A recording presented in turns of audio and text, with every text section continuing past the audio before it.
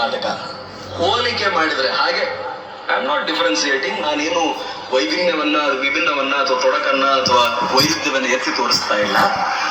ಅಲ್ಲಿರ್ತಕ್ಕಂಥವ್ರು ತರ ನಮ್ಮ ಹುಡುಗರು ಬರೀ head constable, police constable, FD, SDA, teacher, ಹಬ್ಬ ಅಂದ್ರೆ ಚೀಫ್ ಮುನ್ಸಿಪಲ್ ಆಫೀಸರ್ ಆಗ್ತಾರೆ. ಏನು ವ್ಯತ್ಯಾಸ ಏನಿದೆ? ಏನ್ ನಮ್ಮನ್ನ ಕಾಡ್ತಾ ಇರೋದು? ಏನ್ ನಮ್ಮನ್ನ ತಡೆದು ಹಿಡ್ತಾ ಇರೋದು? ಯಾವುದ ಭೂತ ನಮ್ಮನ್ನ ಕಾಡದಂತೆ ಕಾಡ್ತಾ ಇರೋದು? ನಾವ್ ಯಾಕೆ ಹಾಗಾಗಬಾರ್ದು? ನನ್ನ ಜೊತೆಗಿದ್ದವರು ಧಾರವಾಡದಲ್ಲಿ ಹೋದವರು ಅಥವಾ ಗದಗಲ್ಲಿ ಹೋದವರು, ಕೊಪ್ಪಳದಲ್ಲಿದ್ದವರು ಕೂಡ ಬಹಳಷ್ಟು ಪ್ರತಿಭಾವಂತರಿದ್ರು ಕೂಡ ಅದನ್ನ ಮಾಡ್ಲಿಕ್ಕೆ ಯಾಕೆ ಆಗ್ತಾ ಇಲ್ಲ? 11 ವರ್ಷದ ಸೇವಾ ಅನುಭವ ನನಗಿದೆ.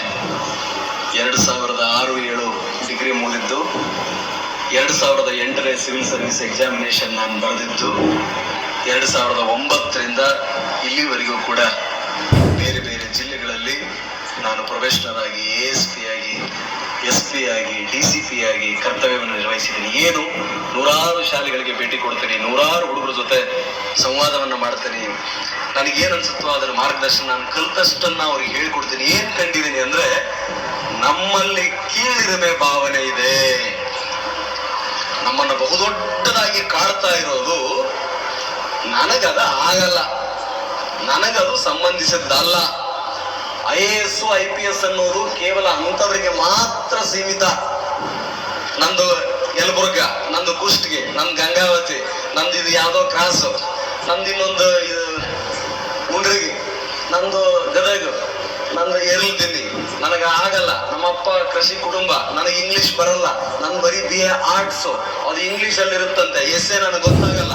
ಸೈನ್ಸ್ ಅಂಡ್ ಟೆಕ್ನಾಲಜಿ ನನಗೆ ಅರ್ಥ ಆಗಲ್ಲ. ಇಂಗ್ಲಿಷ್ ನ್ಯೂಸ್ ಪೇಪರ್ ನನಗೆ ಓದ್ಲಿಕ್ಕೆ ಆಗಲ್ಲ.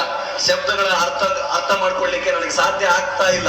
ಯಾರೋ ಹಂಗಂದ್ರು 4 ವರ್ಷ ಬೇಕಂತೆ, 5 ವರ್ಷ ಬೇಕಂತೆ, ಇಷ್ಟು ಫೀಸ್ ಕಟ್ಟಬೇಕಂತೆ, ಹುಟ್ಟಾ ಪ್ರತಿಭಾವಂತರಾಗಿರ್ಬೇಕಂತೆ, ರ್ಯಾಂಕ್ಗಳೇ ಇರ್ಬೇಕಂತೆ, ಗೋಲ್ಡ್ ಮೆಡಲ್ಗಳು ಇರ್ಬೇಕಂತೆ, ಗೈಡ್ ಮಾಡೋರು ಯಾವಾಗ್ಲೂ ಪಕ್ಕದಲ್ಲೇ ಇರ್ಬೇಕಂತೆ.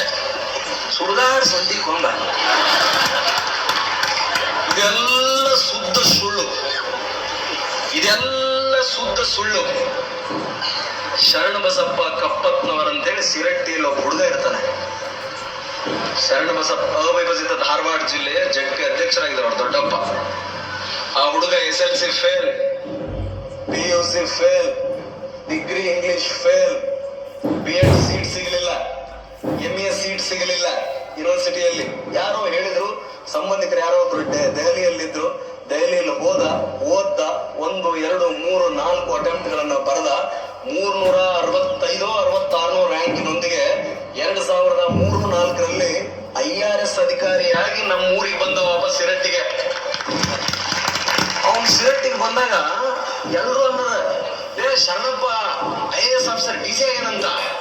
ಯಾವ ನೀರು ಹಾಸ್ತಿದ್ನಲ್ಲ ಅವನ ಮರ, ರಾತ್ರಿ ಟವಲ್ ಕಟ್ಕೊಂಡ್ಬಿಟ್ಟ ಹಾಲು ತಗೊಂಡ ಡೈರಿಗೆ ಹೋಗಿದ್ನಲ್ಲ ಅವನ SLC ಫೇಲ್ ಆಗಿದ್ನಲ್ಲ ಅವನ PUC ಫೇಲ್ ಆಗಿದ್ನಲ್ಲ ಅವನ B.Ed ಸೀಟ್ ಸಿಗಲಿಲ್ಲ, MA ಸೀಟ್ ಸಿಗಲಿಲ್ಲ ಅವನ ಮರ ಪಾಸ್ ಆಗಿದ್ದ. ನಮ್ಗೆ ದೊಡ್ಡ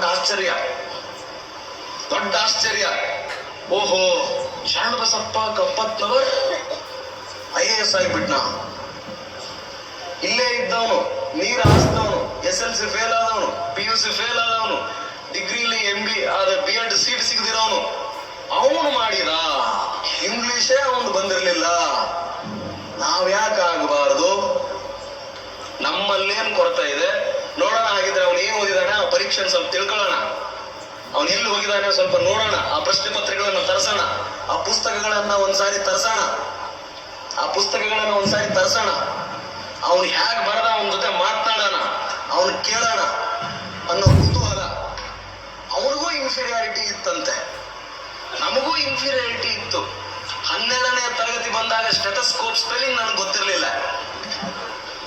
PUC second year arts, stethoscope spelling ಗೊತ್ತಿರಲಿಲ್ಲ.